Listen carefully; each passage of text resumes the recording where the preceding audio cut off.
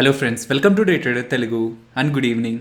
Next వీక్లో మార్కెట్లో మనం గమనించాల్సిన ఇంపార్టెంట్ ఈవెంట్స్ అండ్ మార్కెట్ రిలేటెడ్గా ఉన్న లేటెస్ట్ అప్డేట్స్ మాట్లాడుకుంటూ ఐఆర్ఎఫ్సి, వోడాఫోన్ ఐడియా, అలాగే ఓఎన్జీసీ వీటి రిజల్ట్స్ని డిస్కస్ చేస్తూ నిఫ్టీ, బ్యాంక్ నిఫ్టీ రిలేటెడ్గా ఉన్న లెవెల్స్ అండ్ నెక్స్ట్ వీక్లో నిఫ్టీ ఏ రేంజ్లో ట్రేడ్ అవడానికి పాసిబిలిటీ ఉంది, ఇవి మాట్లాడుకొని మన వీడియోని అయితే ఎండ్ చేద్దాం. మొదటగా మనం క్లారియంట్ కెమికల్స్ గురించి మాట్లాడుకోవాలి. రిజల్ట్స్ ని పోస్ట్ చేశారు, అలాగే డివిడెండ్ కూడా ప్రకటించారు. డివిడెండ్ ప్రెసెంట్ 391 రూపీస్లో ట్రేడ్ అవుతుంది కదా. పర్ షేర్ 50 రూపీస్ డివిడెండ్ అయితే ప్రకటించడం జరిగింది. So present 50 rupees per share డివిడెండ్ని ప్రకటించారు. కాకపోతే 6 మంత్స్ బ్యాక్ 11 రూపీస్ ఒకసారి, next 140, totally 6 months back 151 rupees per share డివిడెండ్ని ప్రకటించారనమాట. సో ఇప్పుడు ప్రకటించిన 50, లాస్ట్ టైం ప్రకటించిన 151 కంబైన్ చేస్తే 201 రూపీస్ దగ్గరగా ఈ FY21లోనే వీళ్ళు డివిడెండ్ అయితే ప్రకటించడం జరిగింది. ఇది పర్ షేర్ వీళ్ళు ప్రకటించిన డివిడెండ్ అనమాట. సో క్లారియంట్ కెమికల్స్ అనే కాదు, మీరు టెలిగ్రామ్లో ఇవాళ 10:44 అరౌండ్ వెళ్ళి చూస్తే కమింగ్ డేస్లో ఏ కంపెనీస్ ఎంతెంత డివిడెండ్ని ప్రకటించబోతున్నాయన్న డీటెయిల్స్ కూడా ఇక్కడ మీకు కనిపిస్తుంటాయి. అండ్ వాటి పక్కనే ఎక్స్ డేట్ అని కనిపిస్తుంది అనమాట. మీనింగ్ ఈ డేట్ కంటే 1 డే బిఫోర్ ఈ స్టాక్స్ని కొన్న వాళ్ళకి ఈ డివిడెండ్ వచ్చే ఎలిజిబిలిటీ వస్తుంది. ఈ డివిడెండ్ డైరెక్ట్గా బ్యాంక్ అకౌంట్లో క్రెడిట్ అవుతుంది. ఇక్కడ ఎక్స్ డేట్ కనిపిస్తుంది. మరి క్లారియంట్ కెమికల్స్ రిలేటెడ్గా రికార్డ్ డేట్, ఈ ఎక్స్ డేట్ ఏంటి అంటే, సో వీళ్ళు డివిడెండ్ 50 రూపీస్ ప్రకటించారు. అండ్ దాని రిలేటెడ్గా వాళ్ళు ఫిక్స్ చేసిన రికార్డ్ డేట్ February 22 అనమాట. సో ఇది రికార్డ్ డేట్ కంటే 2 days బిఫోర్ మనం కొంటేనే, స్టాక్స్ని కొంటేనే మనం ఈ కార్పొరేట్ యాక్షన్కి, ఈ డివిడెండ్కి అయితే ఎలిజిబుల్ అవుతాం. Even most of the corporate యాక్షన్స్లో మనకి ఏ అడ్వాంటేజ్ అయితే కనిపిస్తుంటుందో, లైక్ ఇప్పుడు డివిడెండ్ బ్యాంక్ అకౌంట్లోకి వచ్చి క్రెడిట్ అవుతుంది అనుకుంటున్నామా, అది నెక్స్ట్ స్టాక్ ప్రైస్లోంచి కూడా అడ్జస్ట్ అవుతుంది. కాబట్టి నెట్ ఓవరాల్గా చూస్తే మనకి ఇక్కడ పెద్ద అడ్వాంటేజ్ అయితే ఉండదు. కాకపోతే ఎవరైతే షేర్స్ని హోల్డ్ చేస్తున్నారో, ఒకవేళ స్టాక్ ప్రైస్ పడిపోయింది అనుకోండి ఇలా డివిడెండ్ ఇచ్చిన కారణంగా, సో కమింగ్ డేస్లో మీకు అది బ్యాంక్ అకౌంట్లో క్రెడిట్ అవుతుందని మనం గుర్తుంచుకోవాల్సి ఉంటుంది. అండ్ అలాగే ఎలక్ట్రిక్ వెహికల్స్ రిలేటెడ్గా రీసెంట్ టైమ్స్లో ఎక్కువ అప్డేట్స్ వస్తున్నాయి కదా. అవెండర్స్ వాళ్ళు ఒక మంచి రిపోర్ట్ని అయితే ఈవీ సెగ్మెంట్ రిలేటెడ్గా, ఎలక్ట్రిక్ వెహికల్ సెగ్మెంట్ రిలేటెడ్గా పబ్లిష్ చేయడం జరిగింది. ఆ పీడిఎఫ్ కాపీని కూడా 10:40 అరౌండ్ మన టెలిగ్రామ్ ఛానల్లో అప్డేట్ చేశాను. ఇఫ్ ఇన్ కేస్ మీరు మన టెలిగ్రామ్ ఛానల్లో లేనట్లయితే టెలిగ్రామ్ యాప్ డౌన్లోడ్ చేసి డే ట్రేడర్ తెలుగు అని సెర్చ్ చేస్తే 1,60,000 అబోవ్ మీకు సబ్స్క్రైబర్స్ అక్కడ ఉంటారు. రీసెంట్ డేస్లో ప్రతిసారి మనకి FIS బై సైడ్ ఉంటూ వచ్చారు, కాకపోతే ఈసారి సెల్ సైడ్ మూవ్ అయ్యారు. కాకపోతే ఆ నెంబర్ని చూస్తే 37 crore అనమాట. సో సిగ్నిఫికెంట్గా ఒక పెద్ద నెంబర్ మనకు కనిపించట్లేదు. సో ప్రతిసారి మార్కెట్లో FIS బై చేస్తారు, సెల్ చేస్తారు, నెట్ నెంబరే మనం చూస్తూ ఉంటాం. సో నెట్ నెంబర్లో ఇక్కడ 37 crore కనిపించింది కాబట్టి ఆ నెంబర్కి సిగ్నిఫికెన్స్ ఉందా లేదా అనేది నెక్స్ట్ FIDA డేటాలో మనకు అర్థమవుతుంది. సో నెక్స్ట్ FIDA డేటాలో మోర్ దాన్ 500 crore దగ్గరగా మనకి FIS దగ్గర నుంచి సెల్లింగ్ కనిపిస్తే, so FIS sell side move అయ్యారనుకోవచ్చు. అండ్ మార్కెట్ రిలేటెడ్గా మనం కొంత కాషియస్గా ఉండాలి. అండ్ ఈవెన్ రీసెంట్గా రిలీజ్ అయిన CPI, IIP డేటా కూడా పాజిటివ్గానే ఉంది. కాబట్టి అంత పెద్దగా మార్కెట్ని ఇంపాక్ట్ చేయకపోయినా అవి నెగిటివ్గా లేకపోవడం కూడా మార్కెట్ రిలేటెడ్గా మనం పాజిటివ్గా చూడొచ్చు. రీసెంట్గా US ఫెడ్ మీటింగ్ జరిగింది కదా, దాని రిలేటెడ్గా మినిట్స్ ఆఫ్ మీటింగ్ ఈ థర్స్డే మనకి రిలీజ్ అవుతుంది అనమాట. మినిట్స్ ఆఫ్ మీటింగ్ అంటే US ఫెడ్ మీటింగ్ జరుగుతున్న పాయింట్ ఆఫ్ టైంలో ఎకానమీ, ఇంట్రెస్ట్ రేట్ వీటి గురించి ఏం డిస్కస్ చేసుకున్నారు, వాళ్ళ వ్యూ ఏంటనేది మినిట్స్ ఆఫ్ మీటింగ్లో తెలుస్తుంది. కాబట్టి అవి కూడా మార్కెట్స్ని ఇంపాక్ట్ చేస్తూ ఉంటాయి. ఉన్న అన్ని అప్డేట్స్లో ఇంపార్టెంట్ అప్డేట్ మనకి థర్స్డే వస్తున్న అప్డేట్. నెక్స్ట్ దీపక్ నైట్రైట్ గురించి మాట్లాడుకోవాలి.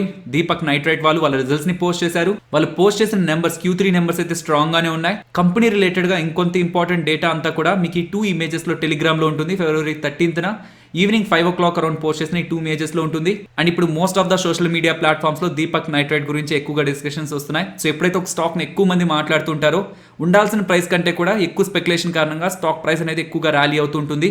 బట్ ఇది 7 months బ్యాక్ వైరస్తో ఈ 2 షేర్లకి లాభాలు ఉన్నాయని 2 కంపెనీస్ గురించి మాట్లాడుకున్నాం. ఒకటి దీపక్ నైట్రైట్, ఇంకొకటి దీపక్ ఫెర్టిలైజర్స్. ఆ వీడియోలో ఈ కంపెనీస్ చేస్తున్న బిజినెస్ ఏంటి, వైరస్ కారణంగా ఎందుకు వీళ్ళకి అడ్వాంటేజ్ ఉంటుందని నేను క్లియర్గా మెన్షన్ చేశాను. Next 2 days back Gujarat Apollo industries వాళ్ళు కమింగ్ డేస్లో బైబ్యాక్ ని ప్రకటించబోతున్నారని అప్డేట్ చేసేసరికి స్టాక్ ప్రైస్ 8% దగ్గరగా ర్యాలీ అయింది అనుకున్నామా. సో వీళ్ళు మైనింగ్ రిలేటెడ్గా మెషినరీని తయారు చేస్తుంటారని కూడా అనుకున్నాం కదా. సో వీళ్ళ బైబ్యాక్ రిలేటెడ్గా డేటాని అయితే అనౌన్స్ చేయడం జరిగింది. సో చాలా ఇంట్రెస్టింగ్గా ఉంటుంది. సో వీళ్ళు 8.6 lakh షేర్స్ని బైబ్యాక్ చేస్తారంటున్నారు. దీనికి గాను కంపెనీ 19 crore ఖర్చు పెడుతుంది అంటున్నారు. ఈ బైబ్యాక్ రిలేటెడ్గా వీళ్ళు ప్రకటించిన ప్రైస్ ఎంతో తెలుసా? 222 రూపీస్ అనమాట. మీన్స్ షేర్ హోల్డర్స్తో ప్రెసెంట్ 239 రూపీస్లో ట్రేడ్ అవుతున్న స్టాక్ని మాకు 222లో అమ్మండి అని కంపెనీ వాళ్ళు షేర్ హోల్డర్స్ని అడుగుతున్నట్టు.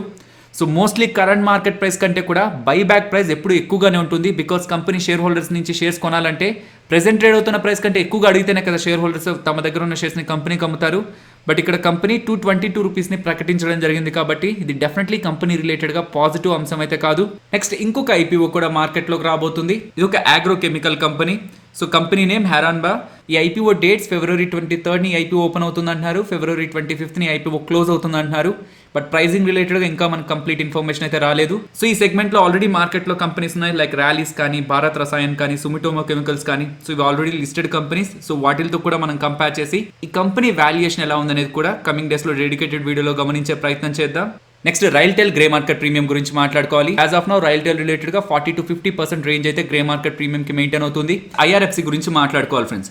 ఐఆర్ఎఫ్సి ఐపీఓ వీడియోలో మనం ఏమనుకున్నాం, వీళ్ళు మార్కెట్లోకి ఎక్స్పెన్సివ్గా రావాలని ప్రయత్నించలేదు, కొంత చీప్గానే రావాలని ప్రయత్నించారు. ఇది ఎందుకు మెన్షన్ చేస్తున్నానంటే మార్కెట్ కూడా పెద్ద ఎక్స్పెక్టేషన్స్ ఈ కంపెనీ రిలేటెడ్గా పెట్టుకోలేదు. ఈవెన్ అంత చీప్గా వీళ్ళు మార్కెట్లోకి వద్దామని ప్రయత్నించినా స్టాక్ ప్రైస్లో మనకు ఫాల్ కనిపించింది. బట్ అట్ సేమ్ పాయింట్ వచ్చిన ఇండిగో పెయింట్స్ ఐపీఓని మీరు గమనిస్తే ఐపీఓ అనాలిసిస్ ఎండ్లో నేను ఈ ఐపీఓ నేను లాంగ్ టర్మ్ కోసం అప్లై చేస్తున్నాను అన్నప్పుడు మోస్ట్ ఆఫ్ ద సోషల్ మీడియాస్లో కూడా ఇండిగో ఎక్స్పెన్సివ్గా వస్తుంది, స్టాక్ లిస్ట్ అయ్యాక డిస్కౌంట్లో ఉంటుంది, even short term long term కోసం మేము అప్లై చేయట్లేదని మెన్షన్ చేశారు. మన ఛానల్లో క్లియర్లీ అది నేను లాంగ్ టర్మ్ కోసం అప్లై చేస్తున్నానని మెన్షన్ చేశాను. లిస్టింగ్ డే రోజు మీరు గమనిస్తే మోర్ దెన్ 100% దగ్గరగా మనకు అక్కడ రిటర్న్ కనిపించింది.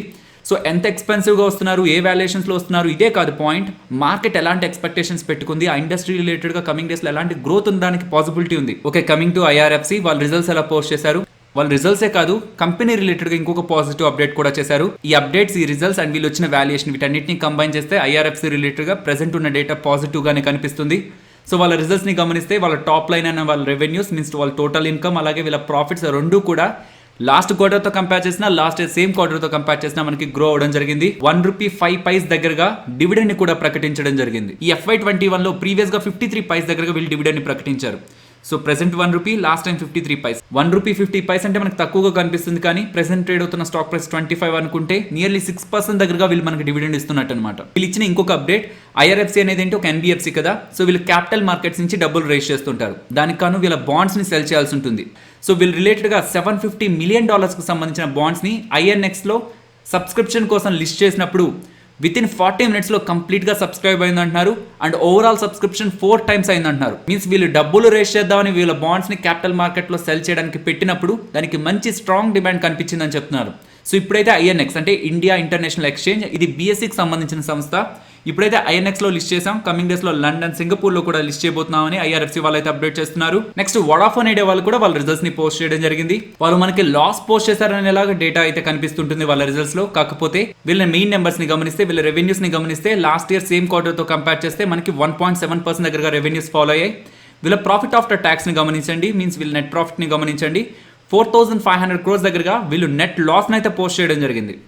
సో ఓవరాల్గా కంపెనీ రిలేటెడ్గా ఈ క్వార్టర్లో వీళ్ళు 4,500 crore లాస్ని అయితే పోస్ట్ చేశారు. సో ఇంత లాస్ని పోస్ట్ చేశారు కాబట్టి నెగిటివ్గా చూడాలంటే, సో లాస్ని పోస్ట్ చేశారు, కానీ ఈవెన్ లాస్ట్ క్వార్టర్తో కంపేర్ చేసినా, ఈవెన్ లాస్ట్ ఇయర్ సేమ్ క్వార్టర్తో కంపేర్ చేసినా లాస్ అనేది తక్కువగానే ఉంటుందన్నమాట. So loss time to time తగ్గుతూ వస్తుంది. ప్రీవియస్ క్వార్టర్స్తో పోలిస్తే లాస్ తగ్గుతూ ఉండడం అనేది మనం పాజిటివ్గానే తీసుకోవాలి. బట్ ఇలా వీళ్ళకి లాస్ తగ్గడానికి కూడా ఒక రీజన్ ఉంది.